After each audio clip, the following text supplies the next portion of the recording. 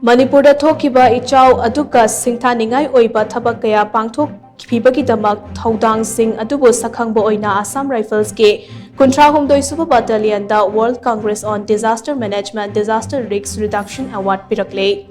Award adu ngarang New Delhi da leiba Constitution Club of India da pangthokpa thoram amada Commerce and Industries ke Union Minister Piyush Goyal na 36 suba Assam Rifles ki commandant Colonel Radhakrishna da khutsinarakhibani.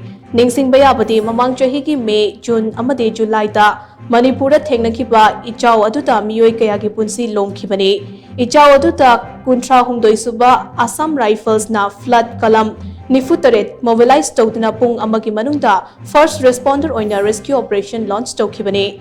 Mamang chahi ki May da 36 suba Assam Rifles na Jal Rahat 1 haina mingthonba rescue operation ama chathaduna miyoi lising ani shupna humphumanga rescue tawkhibani.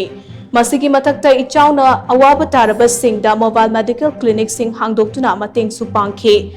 Manaba mawongda mamang chahi ge July daso 36 suba Assam Rifles na Jal Rahat 2 haina mingthonduna rescue operation chathakhe.